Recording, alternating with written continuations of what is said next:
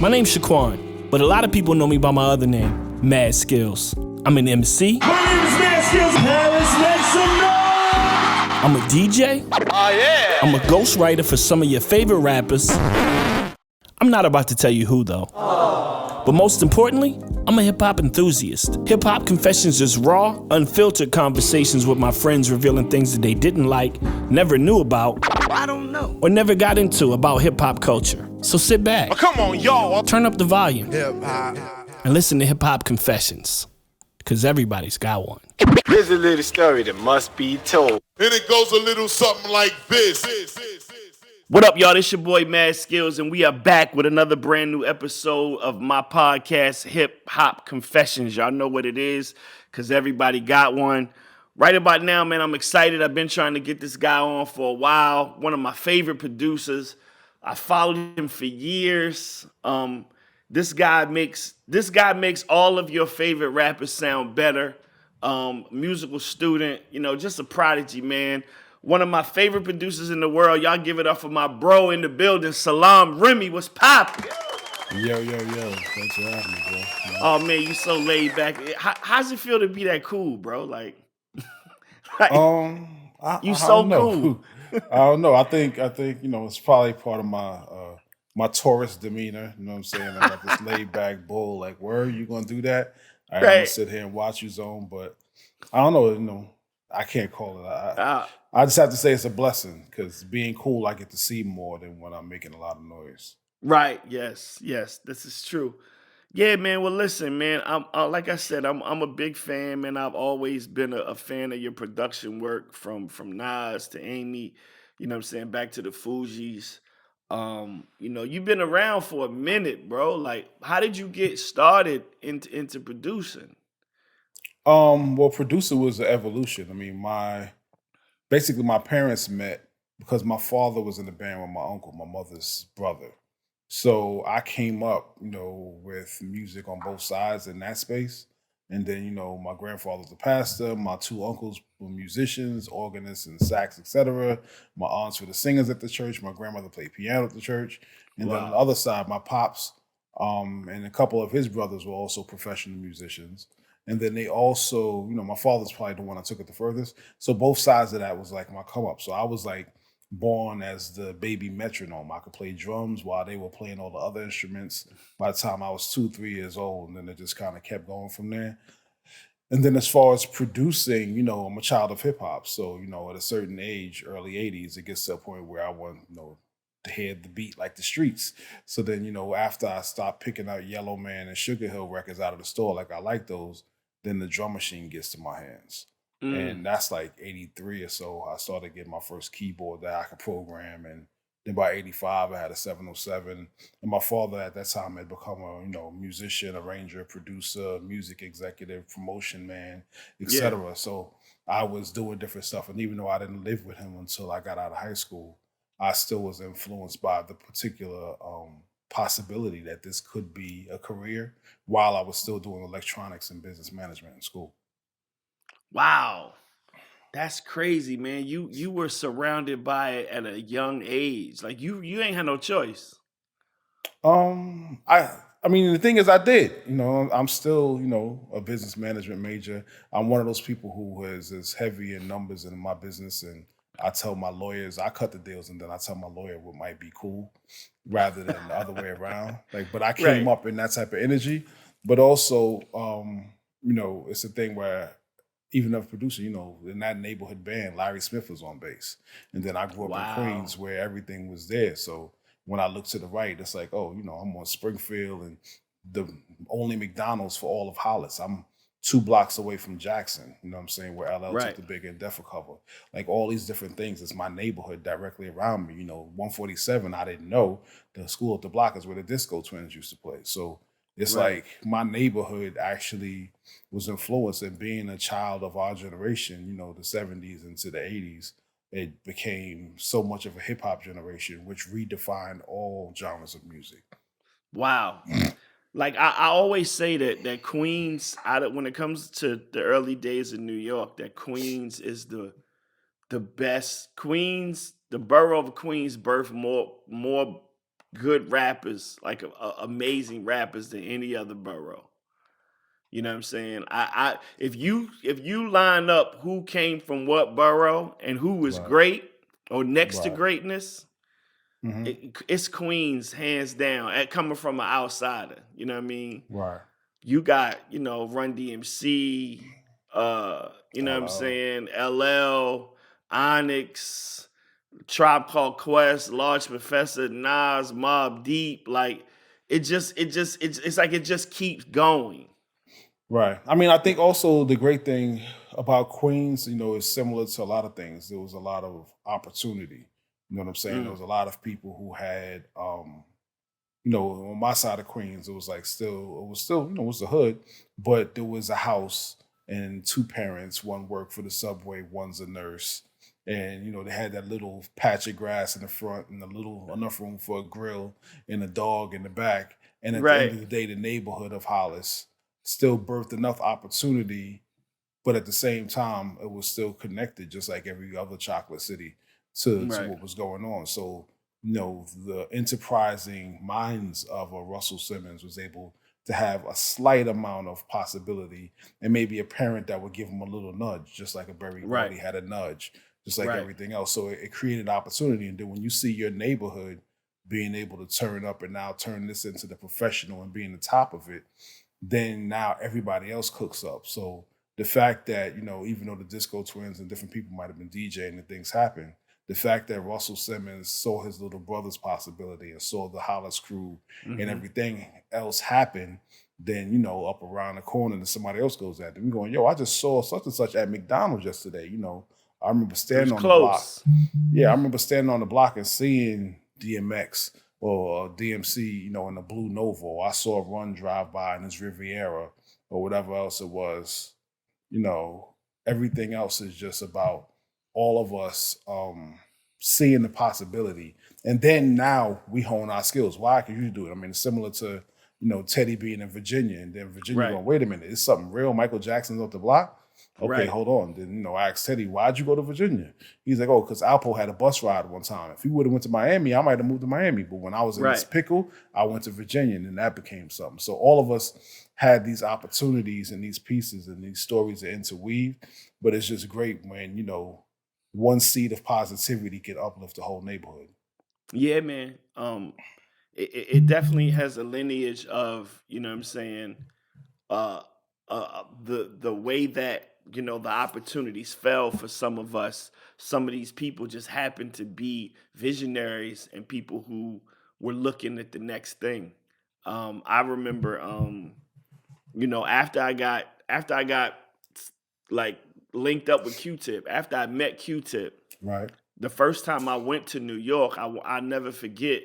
I had already had a Source magazine right before Tribe dropped Midnight Marauders, and Hmm. it was a picture of Fife, Ali, and Tip on the cover. I still got the magazine, and I remember reading the magazine at my job, and they was talking. As soon as they start opening the article, they start talking about Q-Tip lives on the street in Queens. Da da da da da. You go up his steps into his room, and his mom's room is right next to this room, and da da da da da. And you walk in and you see old records and this, that, and the third. So that's how the article started.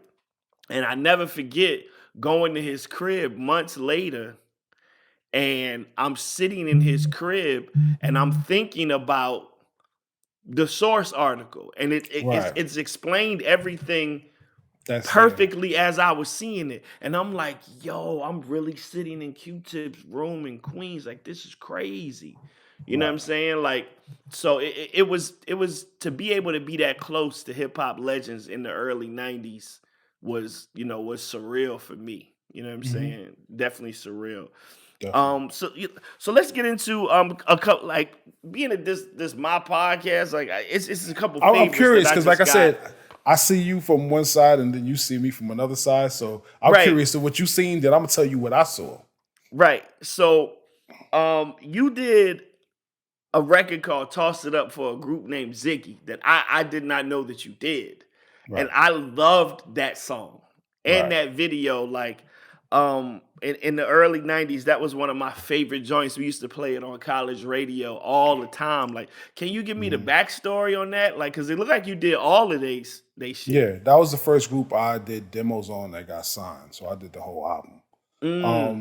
So basically, you know, at that time, 89, I moved to the city. I'm living with my pops. I'm doing demos on different pieces. And, you know, I'm helping out Bobby Condas with some remixes. I'm working, you know, Marley Marl let me produce a few tracks, co-produce a few tracks on Craig G's second album.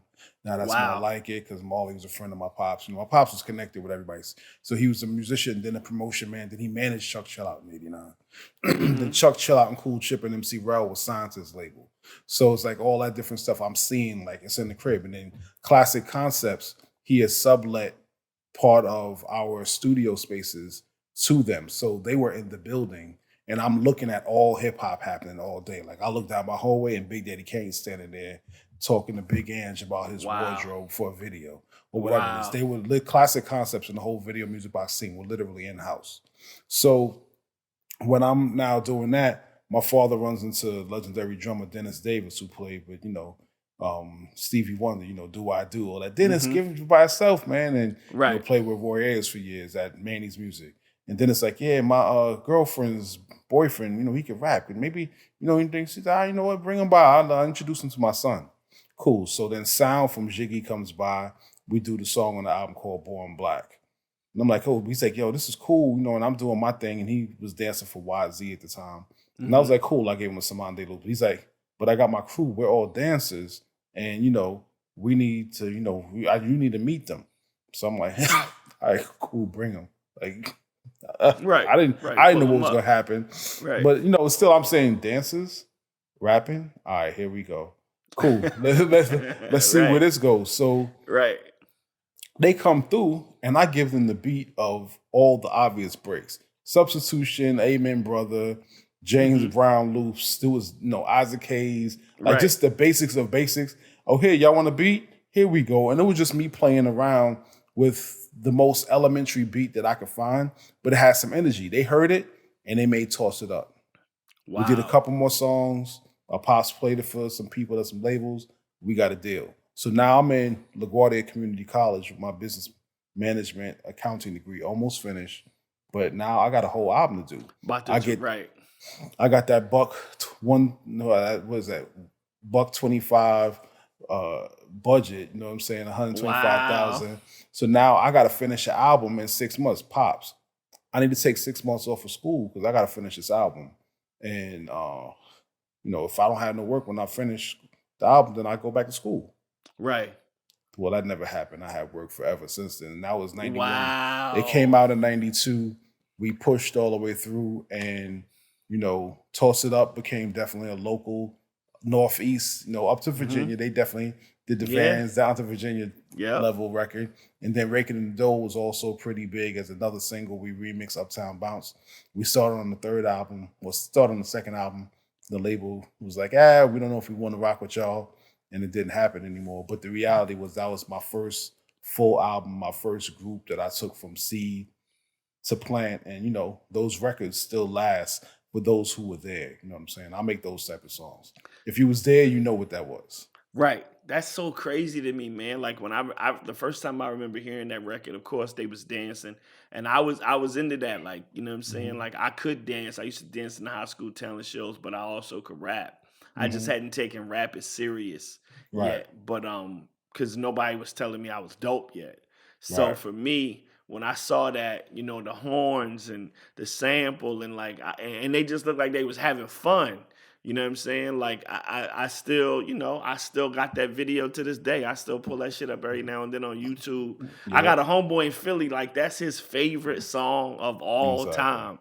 Shout my man D Nell from Philly, man. Like that, he loves that song. Like that was really big in Philly. Toss It Up and then Bobby Conda's Mac Daddy. The two records that were really like big in Philly from where it was happening then. And that was just me being in the clubs, you know. When my dad managed Chuck Chill Out, Funkmaster Flex was his driver to say. And then I was running around with it. So me and Flex are basically the two legs of what Chuck would have been if he stayed focused. And then we just kept expanding from there, you know, from 89 forward. That's crazy, man. That's wild. So, all right, so let's get into another record, which was Nappy Head's remix, the Right. Fugees. You know what I'm saying? Like, Hmm. because from from what I was understanding, you know, just industry folklore that they had did a project, and it was pretty much it wasn't it. Like, you know what I'm saying? Hmm. Like, they was like, yeah, y'all album is cool, but y'all need some remixes or some shit. So your remixes were what brought that whole thing back. It was almost like it resuscitated them all over again. Because I remember I think it was Booth Bath. Was Booth Bath the first single? Yeah, that was the first song they put out.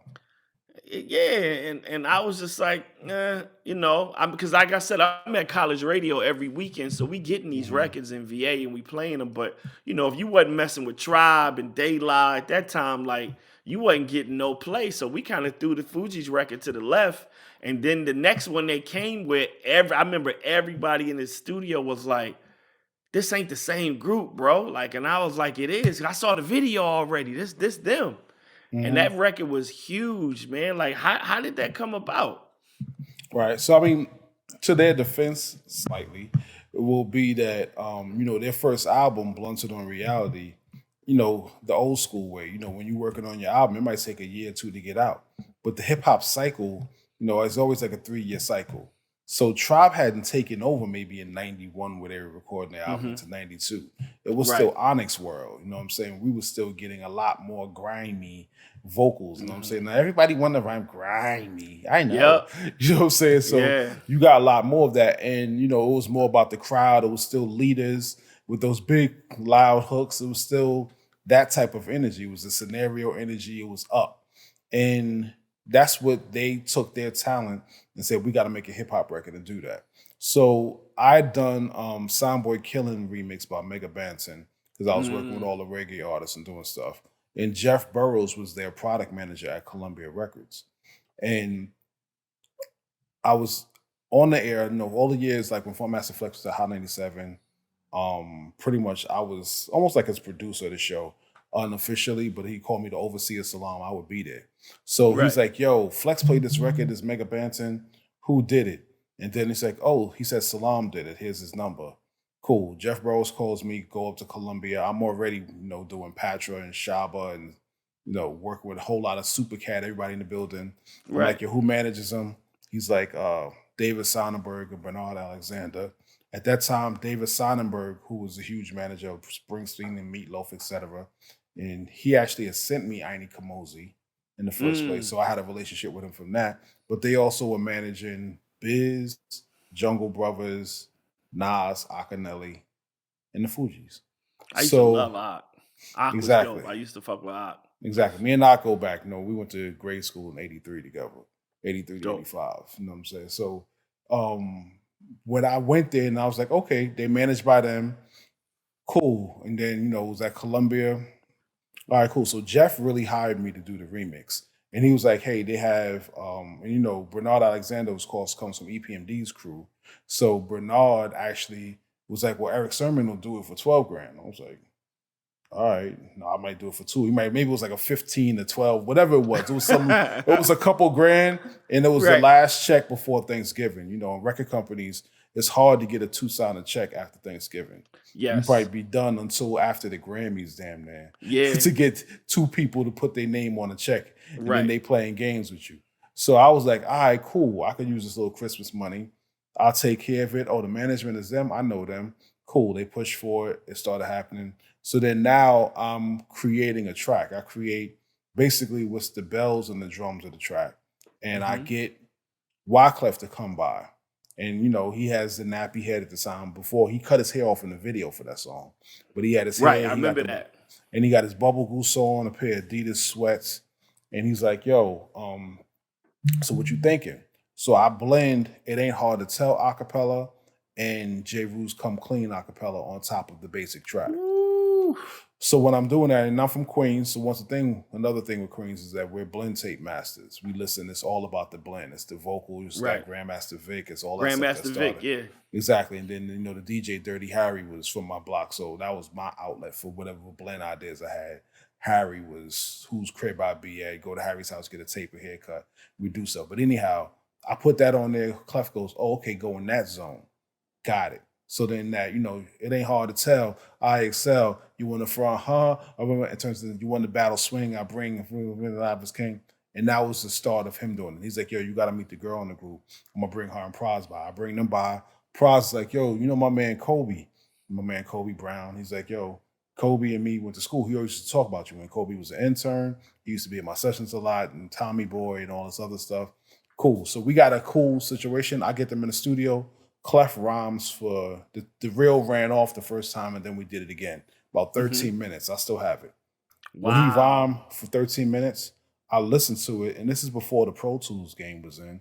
So I'm like, all right, cool. This part right here, oh, that part right there could be the chorus. Okay, keep these 4 bars here. And then we just moved around. His line was like something like, Chiba Chiba y'all, I'm a Libra y'all. If rap was extinct, I'll be the last living dinosaur. All right, we're going to keep that first line and leave the other part off. And I basically arranged what his verse was going to be out of it. And once he spit it again the way I told him to, that was the start of the record. And, when everything else was knowing how to remix and make records for DJs that would pop. And I recently told Q-Tip the other things that were in that record that were influenced by him. One is the snares popping like that. Yes. Tapped. Award tour. The beginning, award tour. Exactly. So it was the same drum break. They used it different for award tour, but I knew how to let them snares pop because of award tour. So I knew that was a great way to start it. So, DJ secret is I turn around and I whisper, yo, nappy heads, lace, what you got there? Lay some treats on this word. Mm-hmm. Boom. But then them snares pop in. So you put the trumpet mad low, and then the snares pop louder, and then the bass comes in heavier. The bass is boom. Right. Boo, boo, boo. That's boo, boo, boo, boo, boo, boo, boo, boo. The 1200 style. Right. Switched it up. And then now we got them set up. The snares pop, the bass drops hard, and Clef goes, Chiba Chiba y'all. I'm a Libra y'all. The average DJ at that time is 25 to 40 years old. He's happy to play anything that says Chiba Chiba y'all. It takes him back. Right. Boom. Now he's getting lazy. He got to get some water. He lets the first verse play. Fugees got a record that's playing and getting some BDS action. That was my science. Wow. And That's then so everything crazy. Else was there. But that's what I knew how to do. That's what I knew how to do, not by having friends who were DJs so they're going to play the record. No. It's because I was in the DJ booth and I was at the station with them. So I understood what was working for the audience the same way they did. It was almost like I would play this record, you know what I'm saying, in my set, you know what I'm saying? Even if I didn't like you. And, I remember the week I was doing the flex was like boof boff.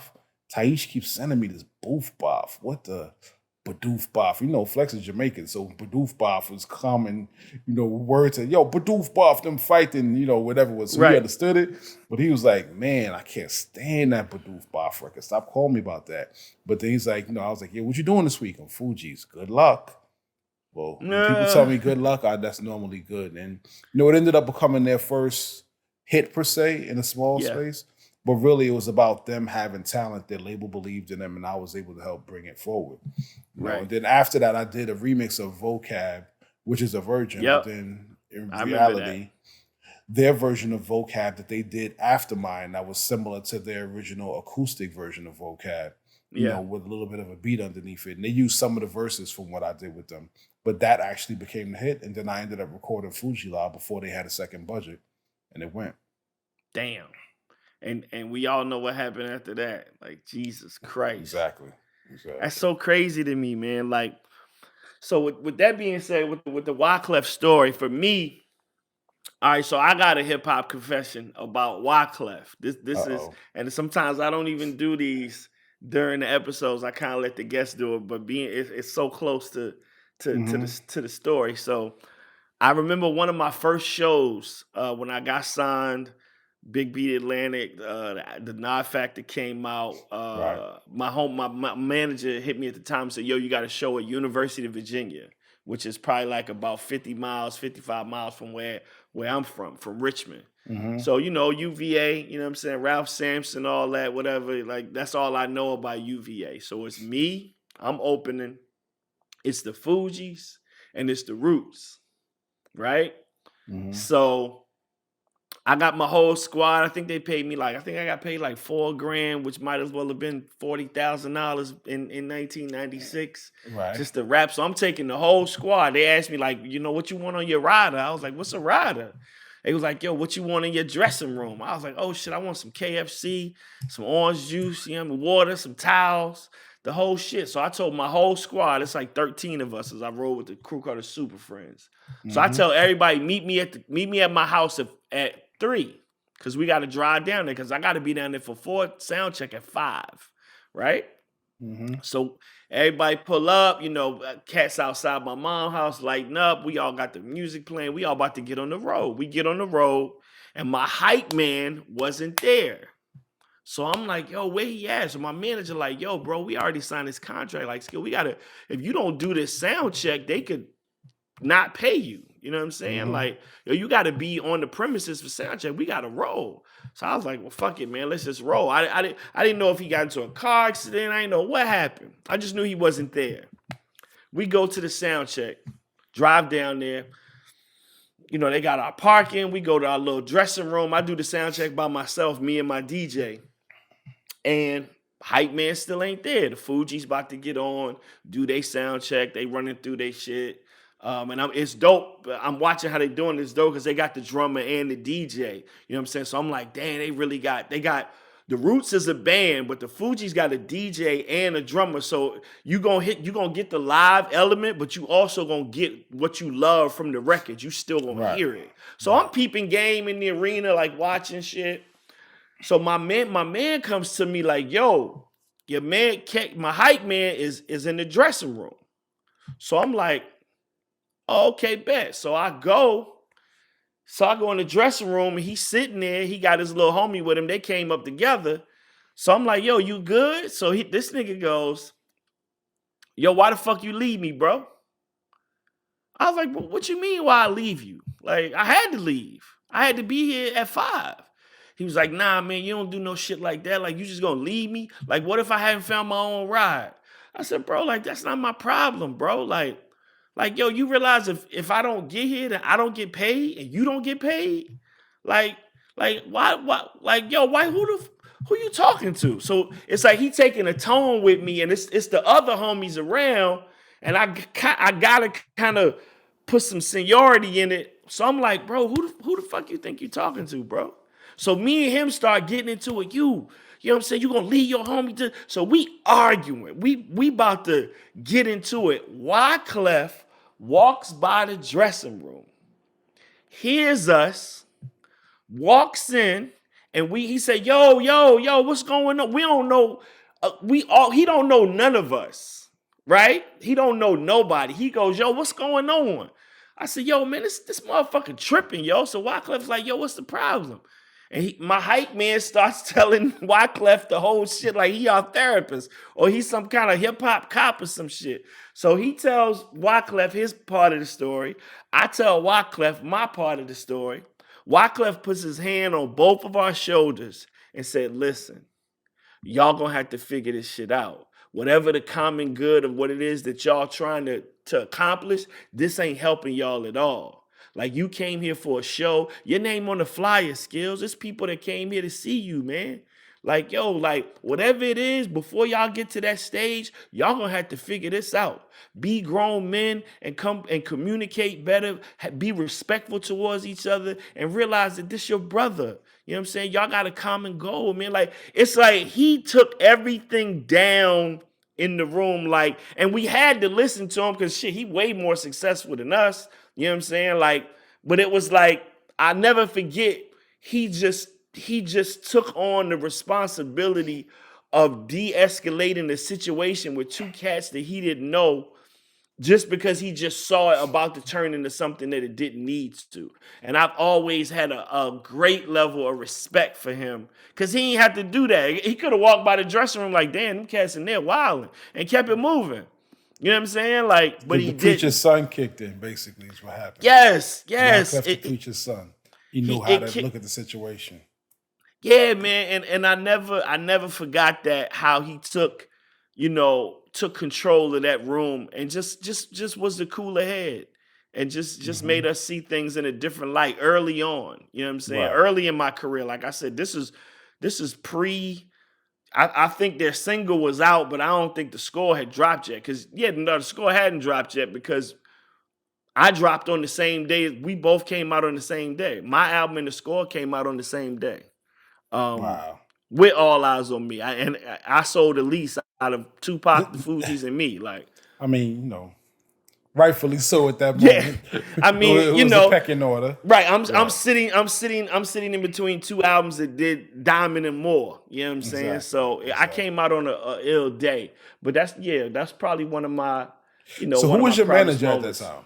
I had a manager named Derek Mengaroo. He was out of Dap. Long Island. Yeah, Dap. Right. You know Dap? All right, so Dap's partner, G's my cousin. See, G's first cousins and my cousins that I came up with are cousins. So G's my cousin, technically through marriage, but we have a whole strong set of family that's cousins. Bigger part, UMVA, G's cousin Tone was kind of the uptown dude who was, he had that bread. He was in the streets. He was Fritz man. But G, that's who Teddy's flat top and goatee was patterned after. Tone, G's cousin Tone, who's also my cousin Tone. So when I was a little kid, my cousin Linda, their sister, would be like, "Oh, you want some British Walkers? Oh, my brothers got dozens of those." So they used to give me all the British Walkers and Playboys. They didn't want to wear no more because they was so fresh, Benzes and Audis and grocery stores that I would get shipments to go along my private school uniform. I had two-tone British Walkers, everything else galore. But bottom line is, G is my cousin via that. So whatever was going on with you, outside of being cool with Stretch and, T-Ray and Reef and the crew, the Big B crew, I was seeing that angle because me and Craig go back. But I also would be like, Dad, we need to do this, this, and the third. So I will always have Shaquan once every few weeks via G. Wow. Boom. So you didn't know what I was seeing you. So I'd be seeing you in Atlanta. I remember I ran into you at V103, I think, in different spots. I'd be looking like, oh, there goes Shaquan. All right, cool. But you had no idea that I was watching you from the other end of the room. I had no clue. And then, of course, sometimes I would talk to Lonnie as well, when Lonnie was doing his thing at different levels. So I understand the Super Friends connection. Right. But that was it. That was also on top of that. I was just really saying like, oh, Shaquan. Oh, there you go. What you got? Yeah, because that's all, Dap was running up and down the East Coast. Yo, I managed this kid named Shaquan, mad skills, da-da-da-da-da. So, Dap was my first manager, and G was his partner.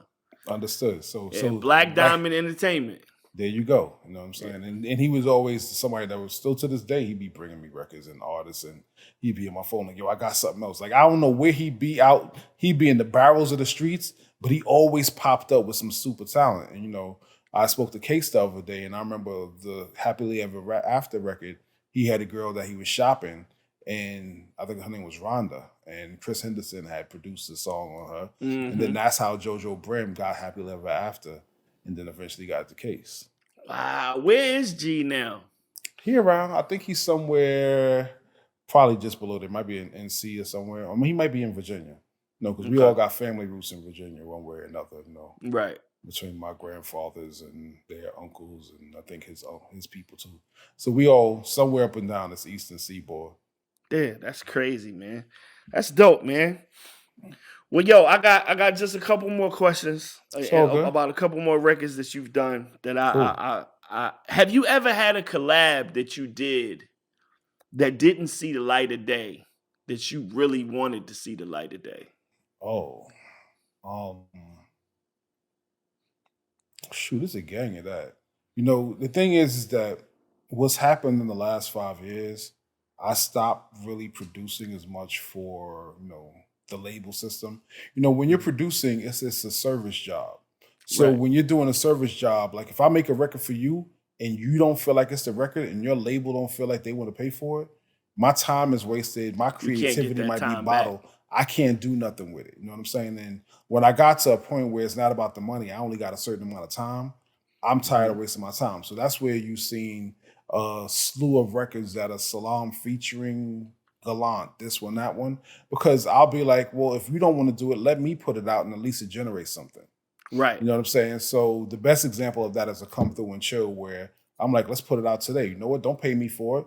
just put it out. I don't even want no bread, but I wanted to see it see the light of day. And then it eventually goes on to get a Grammy nod and sell millions. And That whatever record else was it so is. hard. But it was basically a moment that was captured that I was like, if we love it, let's go right now. So I have, a vault of those, you know what I'm saying? From Ari Lennox to SZA, back to Nas, to Jasmine, to there's Fugees records in the vault. Like I have my vault of unreleased songs that I personally love is deep, but I never violate what the artist wants to do. Because it's their record. They got to walk with it. They got to carry it. I might bug them for years about it. And at some point they might let me put it out, but then there's so much politics in it. Sometimes it's like, just move on and create a new one. So you just you hit the button on Come Through and Chill.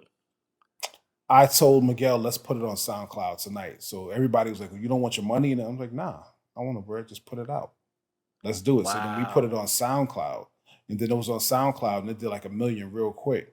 But I was also trying to get Miguel out of not a writer's block, but maybe a overthinking his process. Right. So I was just like, let's do something. And even the vibe of the track, we were here working in Miami for the first time since All I Want Is You. We had done our other recording in New York or LA. And he wasn't in the mood, you know what I'm saying? Like we just wasn't coming up with nothing. I have like a 3-story house that, I have a studio in the basement, middle floor, and upstairs. So when we were upstairs, we wasn't getting it. So I was like, let's go down to the basement. So even the drum pattern, I was like, here, take the guitar and we just do it for half an hour. And if nothing come up, you could leave. That's my gas. Right. Right. So I give him the guitar and I'm up there and I'm banging on the drums, excited. And I'm putting all this effort into what I'm doing. And he's like, bling, bling, bling, bling. He don't feel like it. So what you hear in that track is his melancholy, I want to get out of here. And then my excitement on the drums. So then we get out of it. He's like, we play for like a half an hour. He's like, man, there's something in there. But at one point you was hitting the stick like extra or something. So I'm like, go back, let's find it. So we listened to it. So I'm like, oh, loop that. So looped a couple bars of it. And then he was like, yo, why don't you take the guitar off the downbeat and move it to the 2? And that was it. Boom. Clang, clang, clang, go. Because originally it was on the 1. So originally it was like clang, clang, clang. It was cool on the 1. It was all right. But it found better on it. It just fall better on the 2. When he put the 2 on it, that was it. And I was like, yo, pass me the bass. Ba-doo-ba-doom. Boom. And now it became a 2-bar loop and it hit right. And then I was like, all right, there you go. So he looked at me and then I had a video where I remember I posted it online and Vinyls was like, yo, what y'all doing? And everybody felt it. So he was just vibing. But basically what I did was while he was singing to it, I did my Instagram story real quick, but then I muted it so nobody could hear it. But he was like, right. And he was freestyling singing the same way how when we did All I Want Is You. So he's like, Dag, okay, you got a vibe, but what do I say? I was like, tell the truth. And I left. And I do that sometimes with artists. Like, I'll give them just enough of a track, a glorified click track, something simple, but I'm like, tell the truth. And I left the room so he could talk his talk. And then when I came back in the morning and listened, we had Netflix and chill. Just say you will. The first verse, and he's like, you like that? I was like, yep. It's crazy. I was like, because it's so still, but it's still moving, and it sounds like that late night creep. When you're in LA, there's that silent part of the night where the whole world is asleep, where you could really get somebody to drive from Watts to the Valley. Right. Because everything's quiet and they're going to get back to over the hill before traffic starts. Right. It's that energy. So that Come Through and Chill, it hit a moment. And then I was like, you know what? Let's take that Netflix out, though. And it became the Come Through. And, you know, it was important to do that. But to me, it was an example. It was a prime example of what I'm trying to create, which is moments that aren't necessarily about being commercially upfront. Like, I've been blessed to have the balance of art and commerce in my career, where my biggest commercial successes have also been total art pieces, the score, Back to Black, you know what I'm saying? Whatever else, Bust Your Windows and Lions Tigers being orchestrated rather than having, hip hop drums on it. The lyrics with the hip hop in it. You know what I'm saying? At the end of the day, my approach has really been able to get stuff that I felt like I was missing in music and doing things that I felt like, they inspired me. And when I feel inspired and it's a conversation, and I like those Why Don't You Come By records, How Many Drinks, All I Want Is You, all those. Bro, those are two of my favorite records, man. Come Through and Chill and the How Many Drinks. Like Yeah, it's just I like, still play. I still play How Many Drinks at mhm. the end of like parties on the let out. You know what I'm saying? Basically. Like I play that record and just look at the room. You know what I'm saying? To see. You know what I mean? How's Like this going? you know what I mean? And it's almost like it was. It's almost a message within a message. You know what I'm saying? When a DJ plays that song, Lonnie will play it a lot, and I got that vibe from Lonnie. Like, oh, this definitely the end of the night joint. Like on some, you know what I mean? And then we might go into One More Chance, or you know what I'm saying, something like that. But it's a perfect record for that vibe, that 130, 120. Like almost, it ain't over yet, but it's about to be. Like, Right. what's popping after this? You know what I'm saying? Like, And it's to that kind of me, record.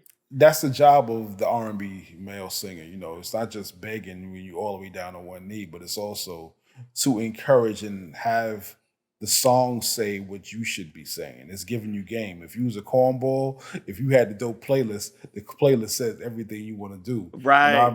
And I remember being a kid and this girl asked me to make a cassette. So she's like, this is the songs that I want. You know, I was like maybe 10 or 11 or 12 or something like that.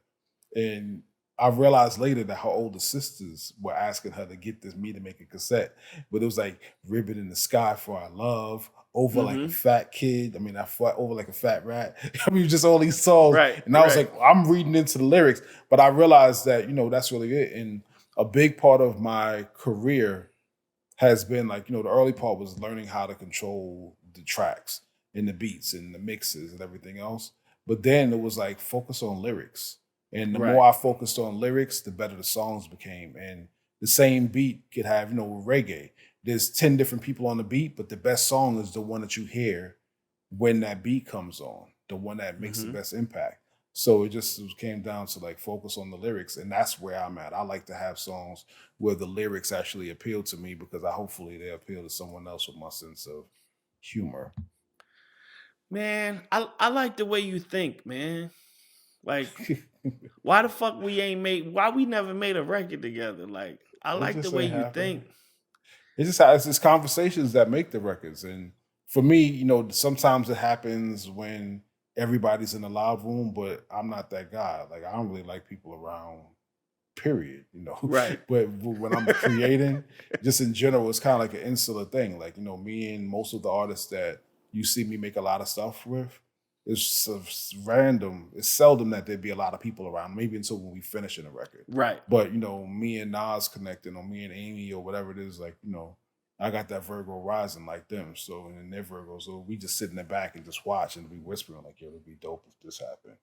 Yeah, that'd be crazy, right? And the next thing you know, we both looking and it's like, it's happening because we found that quiet space to really get a thought out that maybe the crowd wasn't doing it. And to me, the best DJ isn't the one that plays what you wanted to hear. The best DJ is the one who plays what you didn't know you wanted to hear. And that's how Biz would kill him for years. Biz would wait till it's peak time and then you played everything that's a hit. Then he gonna throw on Jackson 5 or Marvin Gaye or something and have the room go all the way left and then come back with I Want to Sex You Up and then hit you with the song of the week right in the middle, even though it played already, but it's still going to flow. And that was the whole idea, as long as I think like a DJ, like in that mode.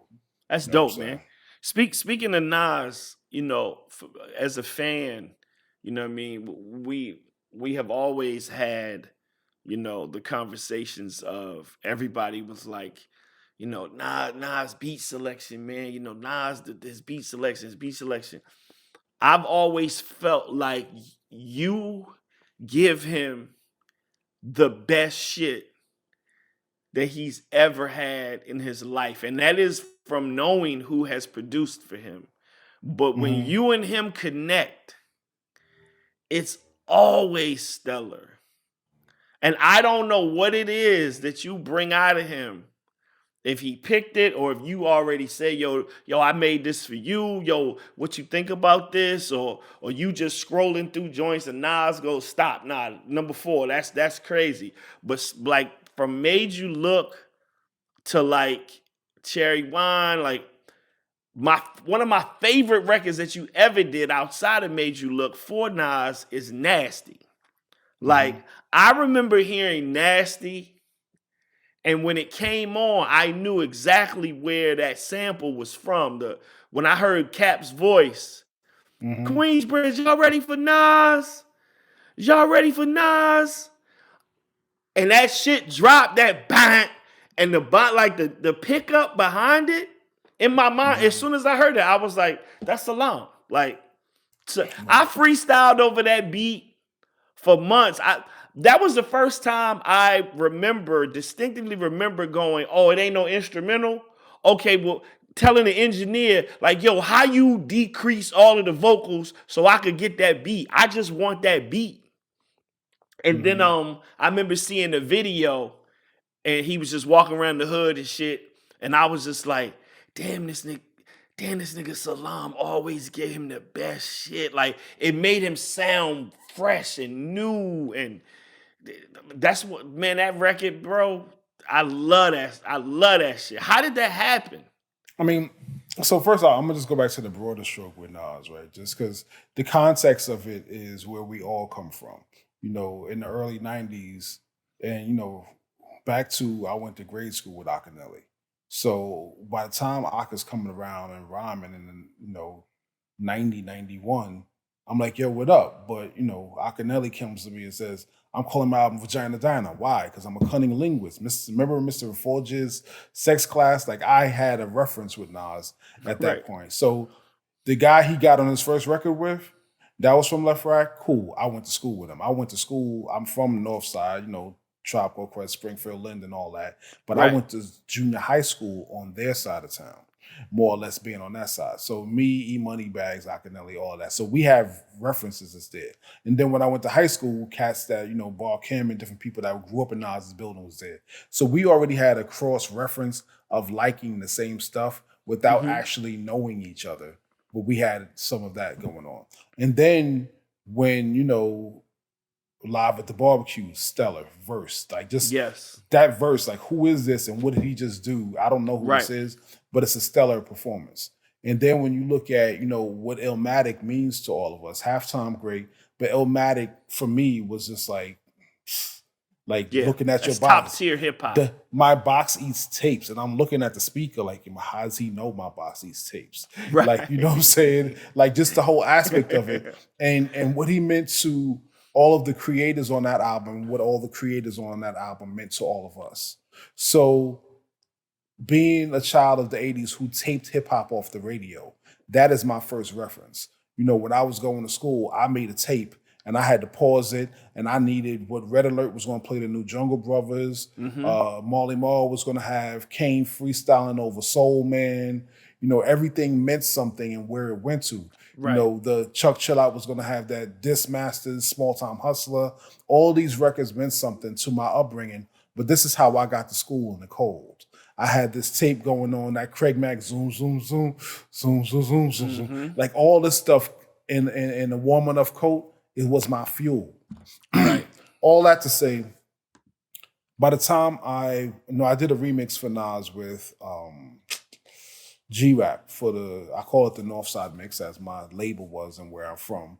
But the G-Rap and Nas Fast Life remix that's online in different places, that was my first chance to get to work with a Nas vocal when he was actually Nas. So it was important for me to be like, yeah, I did something that felt good. He supposedly liked it, whatever it was. And then when we got together, I ran into him in LA.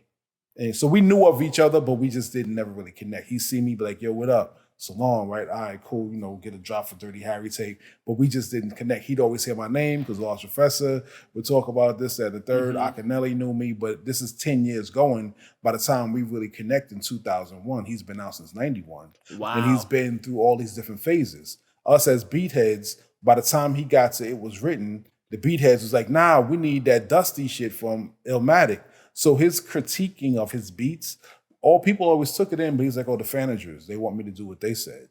Okay, cool. But I'm going to do what I did. And that's why he's still around, because he could do what he wants to do. Right. But now when, you know, I do what goes around, I run into him in LA. He's like, yo, you got a CD for me or anything?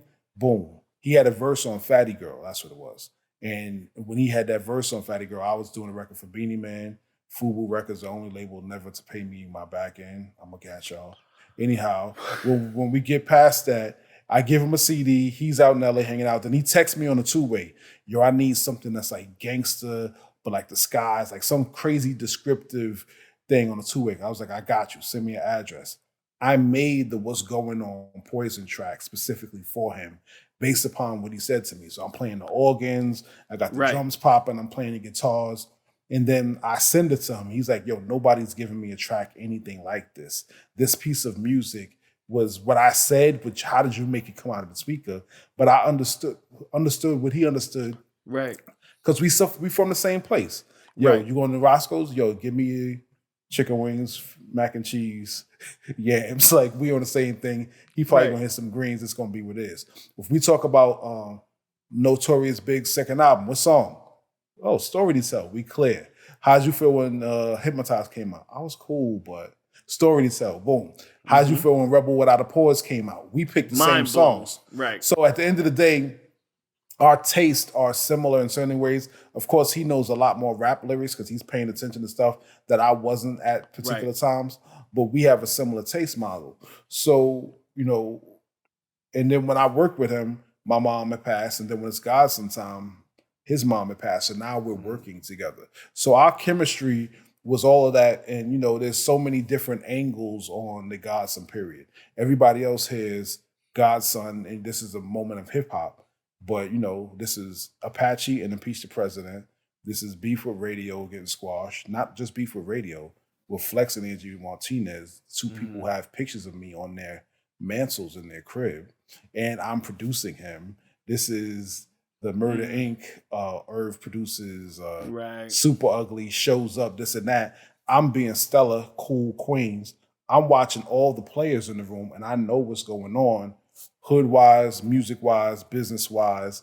And then I'm just like, yeah, but this Apache right here, they can't get around this. Oh, yeah, radio don't want to play nothing? Well, Nas for the kids. We're going to do I Know I Can Be What I Want to Be on Impeach the President.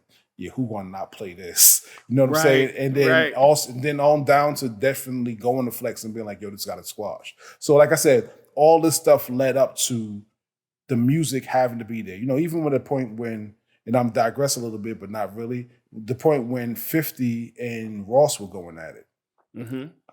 I was like, how is he going to get out of this? 50's making websites. He got cartoonists going. Like, he's relentless. He got the bread and the tenacity and the lack of... To overdo it. Violated Khaled's space, his people's space, violated baby moms. How? How did Ross get out of that? That music. Them Lex Luger beats and what Ross was putting on them, that music stays so steady that you could say whatever you want to say, but that music gonna hit you right in the chest. That shit was a bop. And you couldn't move past it because the music was solid. Well, in that mindset, this is prior to that, but I've always felt the same way. You could say what you want to say, but if that music don't hit you without you reading the label or knowing who it came from, and this is because of that, it's a different space. So now back to Nasty. You know, after we worked together first on, 2001 with What Goes Around, now we're in 2011. We're now at a different space. Now he's 20 years after his starting the career. What are we going to do? So he decides he's going to name his album Life is Good. And I'm like, Life is Good. Interesting. All right, cool. But then I realized why he did it. He named his album Life is Good because he wanted people to say life is good, maybe when they didn't really even feel like it. Saying those words, it's a mantra. Life is good. Manifesting it. You know what I'm saying? And that was the whole thing because, we've been through some things, but at the end of the day, life is good. Life is even better now because you said life is good. You know what I'm saying? So it's keeping getting to that space. And with Nasty, I was going through my space making tracks and coming up with stuff. And, there's different people that don't like the beats I did for Nas. They felt like blah, blah, blah, blah.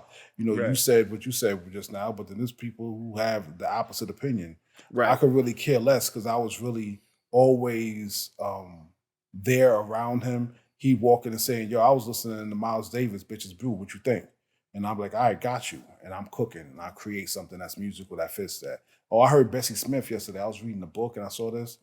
Got you, do it. Whatever, I want to rap a book today. A word, he walks in, he touches my SP, he makes the book song. And I just mixed it, you know what I'm saying? Or he says, yo, I want to hear I was listening to Ice-T and I heard a ding, ding, ding, ding, ding, ding, then that becomes Get Down. Because he has the inspiration. He's a musician. He knows if he heard a sample flip 3 times this way or 3 times that way, it's going to be there. Right. So the same thing happened. And when Nasty came up, I would always be like, yo, just keep spitting. That doesn't that. And he's like, yo, you just want me to rhyme hard again. Like, I can do that, but he always is looking for different ways to utilize his voice and keep going to different ways. And, dang, does everybody really want to hear me rhyming like a like he could do that, but he got off the cannabis wave before cannabis came out. You know what I'm saying? So that was really what it was. He had one of those records, and then what he was saying was so crazy. But after a while, Nas will record a song and have to put it down for 8 months to a year, and then turn around and look at it and be like, it do sound all right? And then somebody else can be like, yo, that's crazy. He'd be like, word? Yeah, it still stands up. Because if it don't last and sound good a year or two later, then it was never gonna be that classic. And with that song, I was mixing it, hip hop and No ID were at my house. And I was like, yo, what I'm gonna do? And I was like, I'm gonna sample some stuff off of tapes. And I was playing the tapes, and No ID actually had said to me, yo, why are you saving it? You might as well put it on the record. So then that's when we were both working on that album. So I was like, yeah, you're right. We should be using samples off of tapes that never actually were records because it was going to be there. So that's what made me put Big Cap's voice on it, because I had other stuff off of that party that I wanted to sample and make into records. And, hip hop was sitting there like, all right, cool. And then, they were leaving my crib and then going up to New York to the Watch the Throne. Ye said to me and to, he spoke about, him doing different stuff, but he said to me and to Nas separately that Nasty actually influenced Otis. Bam, yeah, bam, sound about right. He was a different type of sample, but it happened right after we put out Nasty.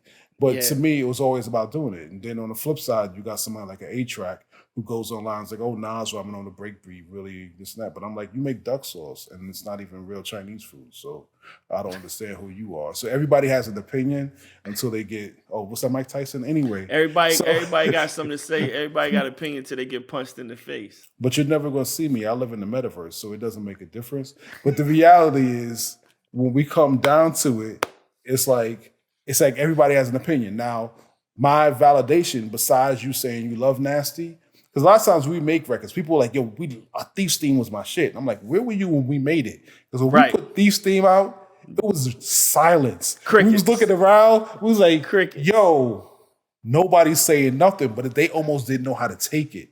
I realized it was just like, yo, that's just too hard. What they about to do? He doing push-ups with the gold fronts in his mouth. That's like Melly Mel battling Mikey D and doing push-ups while Mikey D's rhyming and then walking away with his belt. Like that was that moment for me. It was like something else happened. So the other validation for Nasty for me was that Heavy D called me July 4th, 2011. He calls me and says, yo, we need to talk, but I gotta ask you a question. How do you get the records to still sound so fresh and young like that time? And I was blessed to come up, like I said, and mentioned as producers. But when Marley Marl had produced records on Craig G's album using my beats, my eyeballs on him and watching what he did to take my bedroom beats to make them into Marley Marl Productions never left me, not a day in my life. So I knew how to keep exciting the mix till I'm getting the energy off the record that I want to get, and then making sure that vocals sit there, and even down to the 1-bar break. Bang, the skate key, tunnel, what we say? From the tunnel and skate key, my jury in HD, break. Bang, bang, bang, like this back into it. So just the energy of it, Heavy D was like, yo, it sounds so fresh. I try to do stuff like that, but I can't make it sound like the 80s. So then Nas calls me. He said, so Heavy D says in that same convo, yo, I got this record. If you can figure out how to flip this, because you be know how to flip records, and he gives me Dance in New York by Supercat, which I work with Cat. I didn't necessarily know that record like that. So he emails it to me. So then Nas calls me later on that day. July 4th, it's a holiday, but I'm in the crib dolo. I probably made a burger, and I'm getting a call from Heavy D. So I'm like, yo, the Bun Diddly D called me, son. He's like, the Bun Diddly D, because, we both fans of the 80s. So that's really important for anybody that we looked up to that made records that we love, Overweight Lovers in the House. We knew their rhymes before we could come outside Girls, properly. They love me. Listen. they have songs out before we can come outside without asking our moms Facts. first. You know what I'm saying? So when it came down to it, I was like, the Bun Diddly D call. And he's like, yo, he loved Nasty and this and that. And he's like, what's that playing in the background? That's Supercat? I was like, yeah. He's like, yo, why it sound like Supercat said my name in there? And I'm like, yeah, right? I didn't know what the hell he was talking about. So he's like, yeah, Heavy asked me to flip this for him. So now when I go and start messing with the record, I end up chopping up what ends up becoming Nazadon. I didn't even know how I heard that. I didn't know how Nas heard that over the phone, whatever it was. This all happens July 4th, 2011. Amy Winehouse passes July 23rd. Later on in the year, while I'm finishing the Amy Winehouse album, Heavy D's like, yo, I'm coming to London. Can you hook me up with some people? I'll send a bunch of people to meet. He passes. In the interim, around September that year, I had a little writing room in LA. And I was up in the writing room and I started messing with the sample and I chopped it up. And it was just like, New York girls, Zemamad over me, Nazadon. I call down the yard. I get somebody to go link up with Ja Thomas, Snow Cone, and my man Bambino. I get the multi-track for the song or 8-track. They send me that. I get Supercat's vocals separately. I put it together and I'm like, yo, Hev, I did it, but it sound like it's saying Nazadon. So Hev is like, yo, if it worked good for Nas, that's even perfect because I called you about the Nasty record. Right. I gave you a sample. You ended up flipping it and it worked for Nas and you making it sound fresh just like I said you would. So that was the blessing. So that's how it ended up saying produced by, Nas. You know what I'm saying? Heavy D. Yeah. And then the interns came in at some point and they did a mix and added some keys at the ends and some 808s and stuff. But at the end of the day, the record was kind of created. And the funny part is I had the beat. And I was like, what are we going to do with this beat? So I had my DJ app on my iPad. So during the day of the Nasty video shoot, we're riding around Queens. My little brother had picked me up and we riding. I got my iPad plugged into his system. The windows are down and we have Nas's barber, Marcus, in the back seat. He got, like I said, he got some type of horror show on TV or something now he be doing. But anyhow, we sitting there. And I have the beat playing, and I'm like, Dag, what I'm gonna do with this beat? So I had the acapella of the first verse from an old song we did. Once again, Nas's Volts is deep, we got stuff. Right. And I blended the first verse on top of the beat in the car during the Nasty video shoot. So I'm like, yo, son, I think I figured out what to do with this beat. He's like, what? And I play it. And he's like, ooh. All right, cool. We start there and I go from there. And that's really how the record kept going. And, that day was legendary. We in the hood. Tommy Montana's out being in the video. We in all types of random spaces. He walking down the street. And, things happen organically. But more than anything else, our chemistry comes from us both being, sons of musicians. A lot of the musicians who, Bruce Purds, Vincent Henry Godzo, who were in his dad's band, actually were musicians that work with my dad and still the musicians I use on records to this day and played on Nazareth Savage and Bridging the Gap and most of the songs, they were the same musicians that were in both of our father's bands. So we just have a similar upbringing. We knew the same people, remember the same hustler's name, remember when such and such got the gold link. Like we have the same memories. And then, our friendship and the fact that we see things in a similar way has maintained during this time because it's not about music. And I intentionally haven't had any records on this album in 10 years. And Godson is coming up to the 20th anniversary next year. So that's what that is. But I did Life is Good. And then, even Lost Tapes, I helped pull things around. My favorite Nas record is a song called You Mean the World to Me. That's on the Lost Tapes that Kanye did probably during the same time when Kanye had 3 or 4 records on Hip Hop Is Dead. But for me, some people rap, it's like, I think The Game raps really well. And I think Nicki Minaj rap really well. They are very clear and they, always deliver and their beats be right. But their conversation is not necessarily my conversation. You know what I'm saying? And I think, even though Jay-Z is Jay-Z and he's slick as who knew and he always has stuff, a certain point, the conversation of his lyrics weren't what I was living, so I wasn't hearing it the same way. And I appreciate the fact that he can always spit and get out his feelings.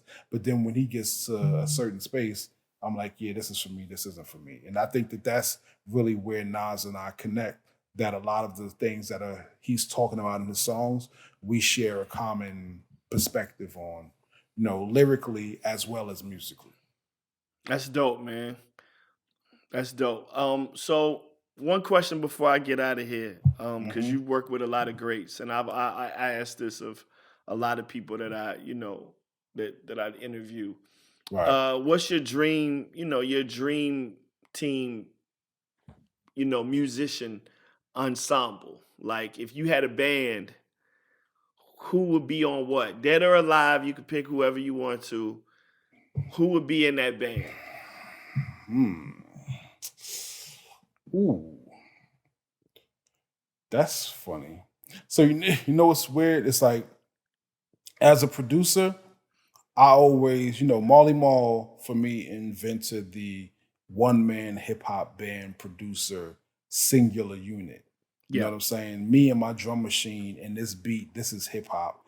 This is my whole crew. Me and this drum machine produced this hip hop for this group, this whole crew. Prior Yeah. to Wu Tang, there was a Marley Marl producing an entire Juice Crew, Juice and Crew. being Facts. and being ahead and inventing. Like I said, so many things came from Marley, from his engineering skills to his DJ skills to him being a Right. producer.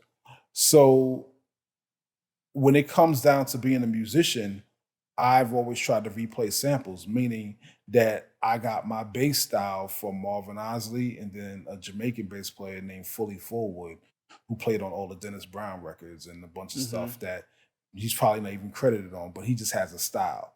So I'm gonna go Marvin Osley just because we know what that Osley brother bass feel like in the dark. It's so fat, Yes. it's warm, it's like it's a certain thing. Yeah. On drums, I have different pockets that I might play. But then, I love that Jabo Starks. It's Clive Stubblefield who definitely had one flavor with James Brown. But Jabo also played with Bobby Blue Bland. So it was a certain level of bop underneath there. That's that toilet stool rap that kind of gets you a whole nother little thing to it. So I'm going to go Marvin Osley and Jabo. Wow. On keys, it's kind of crazy. But then, it's that Stevie, but then it's also that Greg Filling Gaines because he was a keyboard player that Stevie employed to play the other Stevie parts while Stevie was playing his other Stevie parts. Right. So if he was in Stevie's band playing keys, he got to be able to keep with that. And we Up with Stevie, yeah. And we witnessed that on the I Can't Help It, you know what I'm saying, on the Michael Jackson, him replaying what Stevie played into a Quincy level. So I would say Greg Filling Gaines, Jabo Starks, that. Guitarist, I'm gonna put that Wes Montgomery. You know what I'm saying? Because it's just speaking and on the smooth Understood. level. You know what I'm saying? I'm gonna put an arranger in there. I'm gonna put Monk Higgins, who's a producer and arranger, because Monk Higgins had what I loved as far as Questlove describes it of, I'll do a groove that's bass heavy and fat, but also at the same time, it has some type of filet mignon of a loop, something of music that catches your ear, but then the groove is hitting you right. That's my Monk Higgins. When you listen to the Gangstar sample, boom, boom, boom, boom, boom. Monk Higgins always had this beautiful melody happening, but also at the same time, he had that beat rocking. And that's also what I love about Marvin Gaye, making Marvin Gaye my favorite artist, because he has the bass and the drums of a Let's Get It On, of a What's Going On, of the whole I Want You album. But then his vocal stylings, the space that he's introduced to that vocal stylings, the intensity that you're getting from those chords, the beauty of it, it's a pretty face and a fat ass. Like, what else could I say? It's fried chicken and yams and mac and cheese. And mac and cheese. It's all three. So I got the holy trinity, you know what I'm saying? Right. I got the chicken, I got the yams, I got the mac and cheese. Like, it's just, it's Can't brown. go wrong. What I'm gonna do, there's nothing else I could do. Wash it down with a bev, we going to sleep. This is a perfect night. So to me, that's the musical expression of what I always want to hear. If I'm gonna do some backgrounds, I'm gonna put Marvin on backgrounds, I put Ronnie Osley on lead. And then, I'm leaning back. I have all the beauty in the world on the sonic top end, but at the same time, I have the groove that's just locked into a pocket. Right. Hey man, I don't think anybody would argue with that band. That yeah, you definitely that's a stellar. It ain't nothing that band can't do. And that's where I'm trying to be. Ultimately, I'm just trying to experience that in the best way possible. I get it, man. Well, listen, thank you, brother. I'm gonna let you go back to the metaverse because I know There it that's where goes. you at now. Yeah, I appreciate you pulling up, man. This was enlightening and very informative. Like I said, I've been wanting to do this with you for a while and just pick your brain. I know we follow each other on social media and you know send files back and forth and things of that nature, but never really had an opportunity to just sit down and pick your brain, man. So I just want to say thank you, man, for taking the time out. So I think people gonna really enjoy this, bro. And we got to do a record together, man. Even if it don't never come out, I just like how your brain works. Now I'm gonna You know what I'm find saying? something. You know what I'm saying? I'm gonna find a space to do something. And for me, you know, at this point, it's all about whatever the inspiration brings. If the inspiration brings something great, then it's there. We feel good about it. Then all right, cool. Let it hit the metaverse and then the universe, and let it be where it lives. Bet that's what it is, man. Listen, one time for the bro Salaam Remi, man. Y'all make sure y'all follow him. What's your social, brother? So make sure they get it right. It's my name everywhere you can catch it at Salaam Remi, SALAAMREMI. And this is Mad Skillz, man. You already know what it is, man. I appreciate y'all tuning in. This has been HipHopConfessions, because everybody got one. There you go. Peace.